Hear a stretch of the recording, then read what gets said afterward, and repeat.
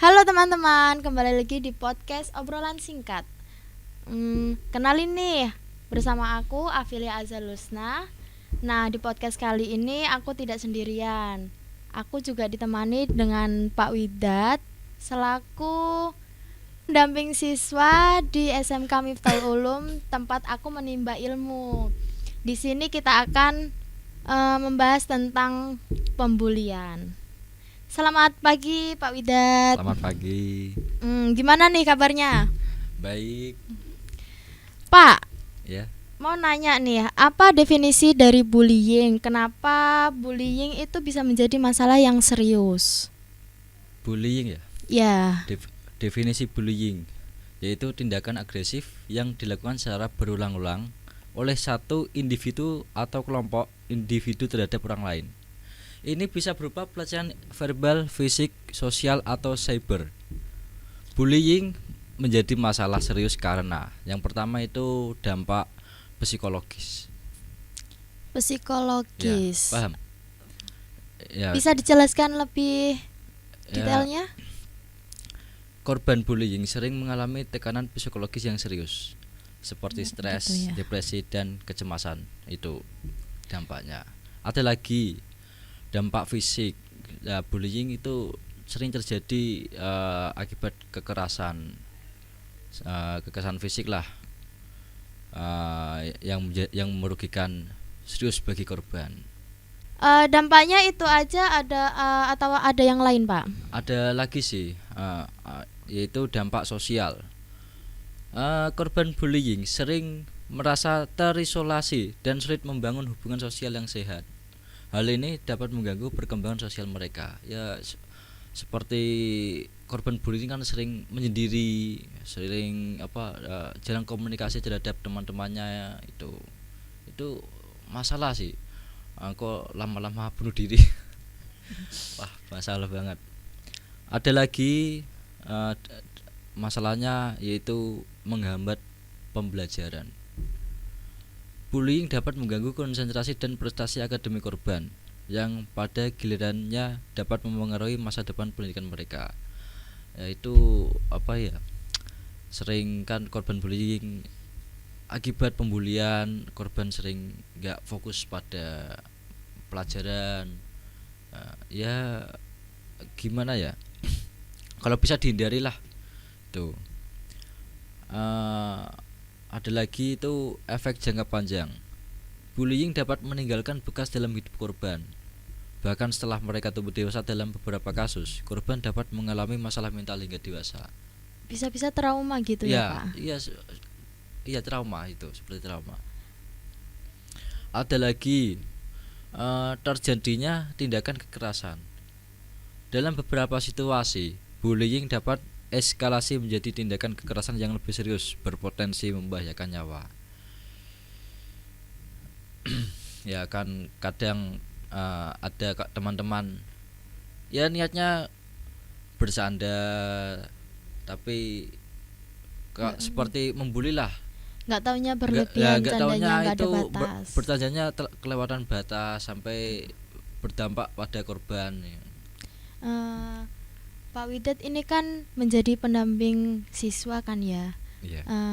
Pernah nggak menemukan di antara siswa Bapak itu ada yang seperti membuli atau pernah ada kasusnya? Iya, pernah ada. Dan langkah kalau menurut saya ya, yang saya lakukan itu kita mendekatkan yang menjadi korban dulu. Kita bahasanya mencoba untuk dia lebih terbuka lagi. Ya, kita dekatkan biar tidak trauma, tidak berdampak pada efek-efek tadi yang saya bicarakan gitu.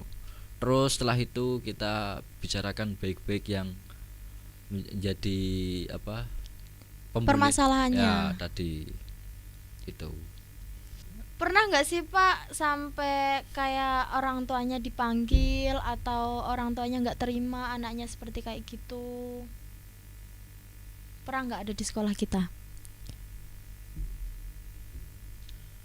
Kalau di sekolah kita, setahu saya belum ada ya seperti pembulian sampai orang tuanya dipanggil. Ya, dari pihak kita kan ada apa namanya, guru BK itu sepertinya sudah bisa mengatasi lah ada pembulian. Terus ada juga guru Wakasis, ya itu kan yang dekat dengan anak-anak gitu. Ya kalau di sekolah kita menurutnya fine lah, aman-aman aja, eh, nggak sampai di luar sekolah gitu Gitu. efeknya. Bapak kan pernah kecil juga, pernah sekolah juga. Apa Bapak pernah ngalamin atau gimana? Oh, wah ini menjadi cerita kelam ini. Ya kan Ya. mencoba untuk bertanya. Oh ya. Dari pengalaman pernah ya, semua sebenarnya pernah jadi korban pembulian, cuma ada beberapa yang masih teringat lah gitu, ada yang masih apa. Merasa sedikit dendam, Oh, kalau dendam enggak, sedikit saya sakit hati sampai sakit tidak hati. hilang. Kalau saya itu enggak ya, kalau korban pembulian iya. Ya, yang pertama apa, saya nggak merasa dibully sih, ya namanya. Merasa dikucilkan aja gitu, bagaimana? Kalau merasa dikucilkan enggak, emang saya merasa emang itu namanya pembulian, tapi saya merasa nggak dibully. Kalau saya merasa wah saya dibully, saya dikucilkan, malah saya mentalnya down sendiri, saya mengalami stres ya. Untuk Mencoba untuk menguatkan. mencoba untuk menguatkan. Saya biar menghindari efek-efek dampak negatif tadi, saya mencoba untuk selalu berpikir positif lah kepada teman-teman. Ya masih apa, sering berkumpul. Kalau bercanda saya ya wajar lah gitu. Kalau emang ada teman yang nggak begitu nyaman, saya lebih baik menghindar daripada ada masalah gitu. Dari pengalaman. Cara kan Bapak pernah seperti gitu kan, pernah melakukan juga. Berarti cara untuk menghilangkan pikiran dari itu semua agar tidak terpikirkan terus, Eh, atau menyemangatkan diri untuk lebih sukses atau kita gimana?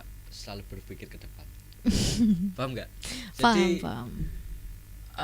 apa yang ada di depan kita ya udah fokus dulu, yang lalu biarlah terlewat lah gitu.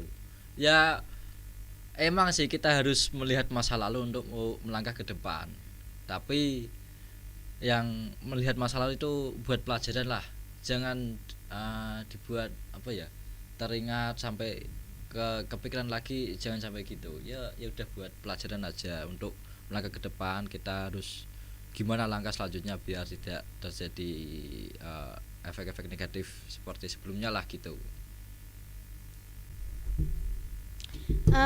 Jenis-jenis bullying itu seperti apa sih Pak, kalau boleh tahu?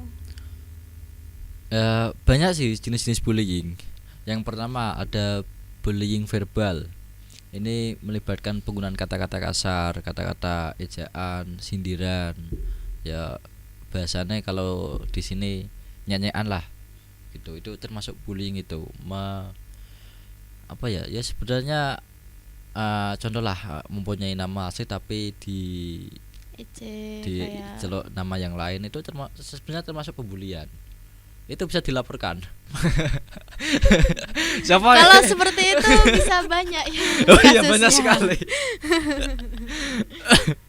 Terus ada bullying fisik.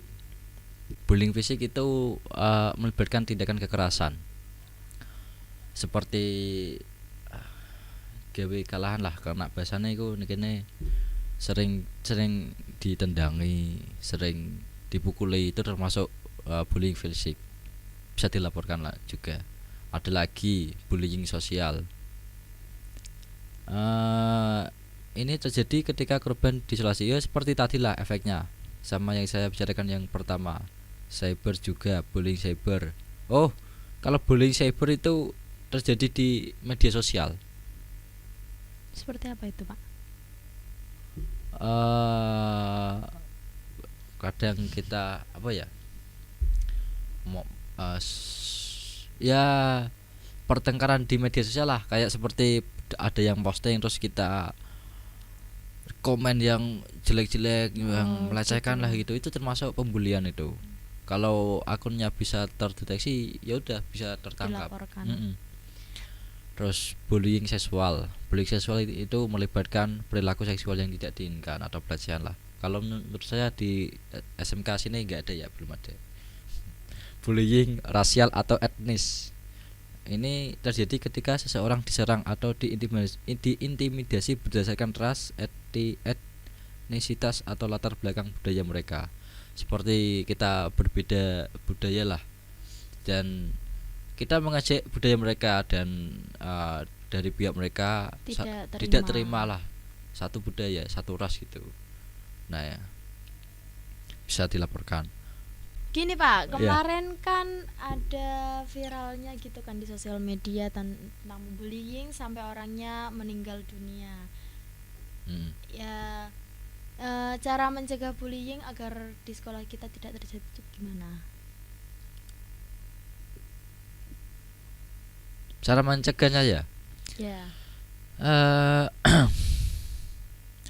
mencegah bullying itu kan termasuk tanggung jawab kita bersama semuanya. Nah, yang pertama itu meningkatkan kesadaran tentang bullying, mendiskusikan ya, kita buat seperti apalah acara atau agenda. Kan kita mempunyai organisasi OSIS ya.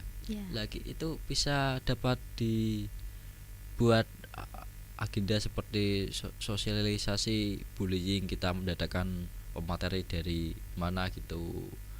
Kalau bullying itu tidak dilarang lah gitu, jangan sampai ada di SMK kita. Pernah sih SMK kita ada sosialisasi dari Polres atau di mana itu menjelaskan tentang bullying. Terus ada lagi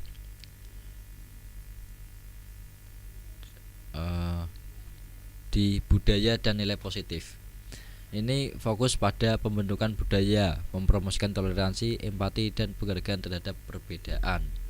Penting untuk mengajarkan nilai-nilai positif kepada anak-anak sejak dini.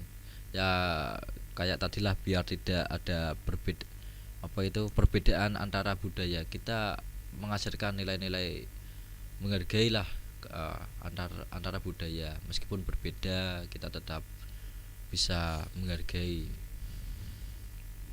Ada lagi untuk mencegahnya ya. Untuk mencegah, peran sosial ini melibatkan seluruh komunitas dalam pencegahan. Teman sebaya, guru, orang tua, dan rekan kerja harus bersatu untuk mengatasi bullying.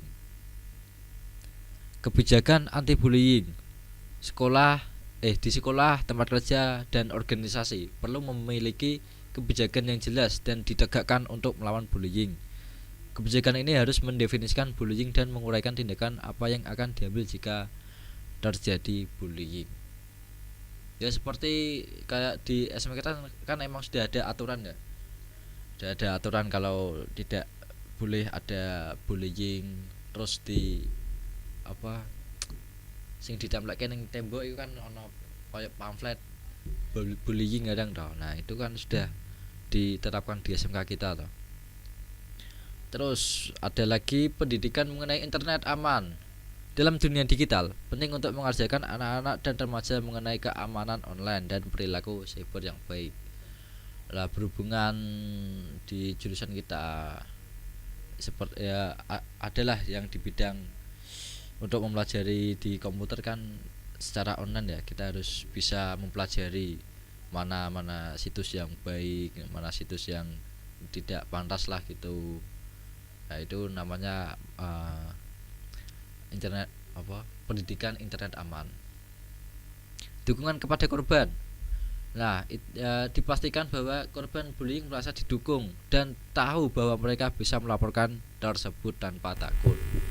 Ya, seperti korban bullying lah ya, kan tadi saya bilang langkah pertama saya dekati dulu korbannya biar tidak stres atau tidak depresi. Buat dia itu lebih kuat lagi lah. Kalau mau melaporkan ya udah laporkan saja, nggak usah takut kepada si pembulinya itu. Ada lagi yaitu intervensi awal. Tanggapi bullying sejak dini dengan tindakan yang tepat. Ini dapat mencegah eskalasi dan memberikan pesan bahwa perilaku tersebut tidak akan ditoleransi. Terus ada lagi komunikasi terbuka. Anjurkan komunikasi terbuka di antara semua anggota komunitas. Orang-orang harus merasa nyaman berbicara tentang pengalaman mereka dengan bullying. Kalau adalah anak-anak yang ikut komunitas di mana gitu, tapi harus bisa memilih ya, ini apa? Mana yang baik, Mana yang baik atau mana yang tidak baik. Ya cari yang senyaman-nyamannya biar bisa diajak pengalaman lah tentang bullying gitu. Ada lagi ini pembinaan dan keterampilan sosial. Nah, ini memberikan pendidikan tentang keterampilan sosial kepada anak-anak dan remaja sehingga dapat menghadapi konflik dengan cara yang sehat. Terus ada lagi model perilaku positif. Berperilaku sebagai contoh yang baik bagi anak-anak dan rekan kerja dengan mempraktikkan empati, penghargaan terhadap perbedaan dan perilaku yang baik. Ya seperti kalau kita tidak mau di apa pesannya? Nak modelai ya kita ojo ngelek-ngelek. Kalau nggak mau ya setidaknya menghargai. Nah itu. Nah, bagaimana cara orang tua membantu anak-anaknya agar bisa mengatasi bullying? Ya itu peran orang tua ya. Ya. Yang pertama dari orang tua suka mendengarkan apa yang anak-anak omongkan. Jadilah pendengar yang baik bagi anak-anak.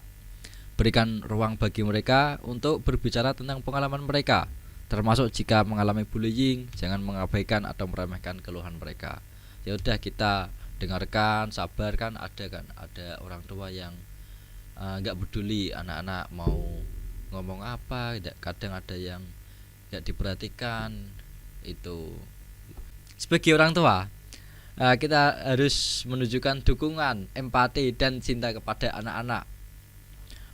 Mereka perlu tahu bahwa orang tua harus ada di sana untuk mendukung mereka dalam menghadapi masalah.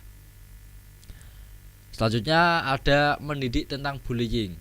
Ajarkan anak-anak tentang mengenai apa itu bullying, jenis-jenisnya, biar tahulah, biar tidak ada resiko kepada anak-anak kita. Mengajarkan keterampilan sosial. Bantu anak-anak untuk mengembangkan keterampilan sosial yang baik, termasuk cara mengatasi konflik, berbicara dengan baik, dan memahami empati. Memantau aktivitas online. Awasi aktivitas online anak-anak Anda dan ajarkan mereka tentang keamanan internet. Ini termasuk penggunaan media sosial dan pencegahan cyberbullying. Kadang kan ada orang tua yang membiarkan anak-anak untuk bermain HP sendiri. Itu harus, sebagai orang tua kan harus mengawasi anak-anak membuka apa saja. Kadang ada yang penasaran situs-situs itu. Harus pinter-pinteran ya, gitu harus ya, pinter-pinteran ya. Kamu kok paham? Enggak, maksudnya kan pernah pernah pengalaman terjadi membuka situs-situs juga. Ya, buat kita iya. Orang tua kalau tidak tahu cara situs-situs HP zaman sekarang kan zaman digital. Jadinya orang tua zaman dulu banyak yang tidak terlalu iya benar ya. Sama seperti saya. Tahu situs HP sekarang, jadinya mereka bodoh amat gitu. Nah itu harus dicurigai lah. Wah, buka apa ya. Kalau saya malah tak bukain historinya. Kelihatan semua itu. Hati-hati ya Pak Witet nantinya. Buka apa saja, ayo ikut-ikut dilihat. Astagfirullahaladzim. Ya, sekali-sekali istighfar lah. Ya nonton ya sewajarnya. Enggak ya, sebenarnya nonton pengajian bagus lah. Banyak-banyak pengajian. Maaf ya Pak. Oh iya. Ya, Pak. Didik sensor nanti ya. Bagaimana kita bisa mengubah sikap dan meningkatkan empati terhadap korban bullying, Pak? Bentar, tadi ada lagi. Ada lagi. Ojo marah. Ini inventaris SMK ya, jangan dirusak-rusak. Melibatkan diri di sekolah. Terlibat dengan sekolah anak-anak Anda. Kenali guru dan staf sekolah dan ikut perkembangan anak-anak Anda secara akademis dan sosial. Ya, sebagai orang tua kan harus bisa apa yang terjadi di sekolah kita kenali, kita cari tahu guru-gurunya siapa saja, terus termasuk guru BK dan guru Wakasis, terus kepala sekolahnya siapa. Nah, kita cari tahu terus kegiatan apa saja yang dilakukan pada anak-anak. Nah, itu terus ada anak-anak bilang, ini ada jam tambahan. Ya udah, orang tua percaya saja, fine. Nggak taunya keluar sama teman laki-laki. Ya, teman. Nah, itu sebenarnya kan langkahnya kan kalau anak sudah bilang gitu, ya sebagai orang tua harus memastikan lah atau menghubungi kontak guru atau staf SMK dari pihak SMK. Apakah benar gitu? Jangan langsung percaya aja sama jangan langsung percaya dan jangan langsung menuduh kalau yang salah itu SMK gitu. Ada lagi mengatasi konflik. Ajarkan anak-anak cara mengatasi konflik secara positif dan tanpa kekerasan. Berikan contoh dan bimbingan dalam mengatasi perbedaan pendapat. Anak-anak harus bisa tahu perbedaan pendapat antara teman-teman.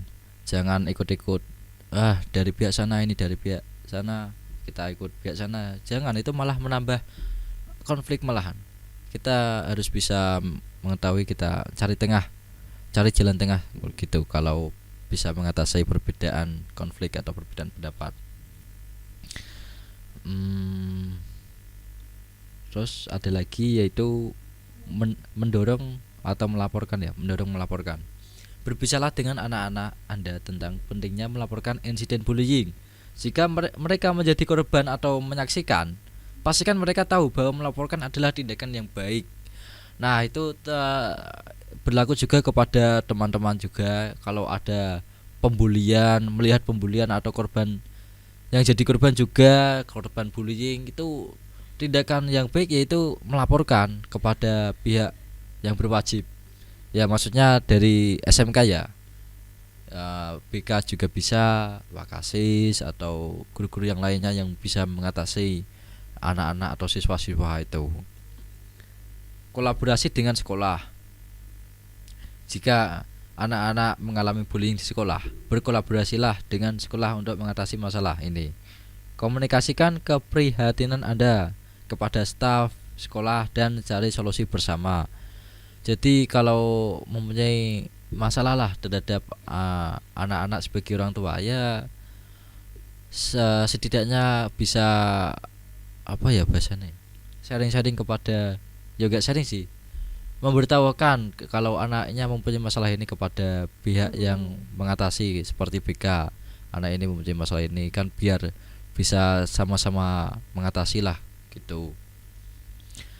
Ada lagi yaitu model perilaku positif. Jadilah model perilaku positif dalam interaksi sosial dan dalam menangani konflik. Anak-anak belajar dari orang tua mereka. Jadi tunjukkan cara yang baik dalam berinteraksi dengan orang lain. Sebagai orang tua harus memperlihatkan perilaku positif. Ya, di mana sajalah, selama ada anak-anak kita yang melihat itu. Kan anak-anak itu cermin orang tua. Sebaliknya. Iya, cerminan orang tua. Nah, itu. Jadi sebagai orang tua harus memperlihatkan perilaku positif ya di mana saja kalau bisa. Jadi buat teman-teman, ketika kalian merasa dibully atau entah seperti itu, harus cepat-cepat mengasih tahu ke orang tua atau ke guru kalian agar bisa dicarikan jalan keluarnya. Jangan takut sama si pembuli, kalau tidak cepat diselesaikan akan menjadi masalah yang serius. Terima kasih buat Pak Widat atas waktunya Sama-sama. bisa datang di podcast kita obrolan singkat. Bisa lah. Lagi-lagi. Apa nih? Bisa no kok apa nih? Menang. Wah. Dan terima kasih juga buat teman-teman yang sudah mau nonton video ini sampai akhir. Sampai jumpa lagi di acara selanjutnya. Bye bye semuanya. Makasih ya.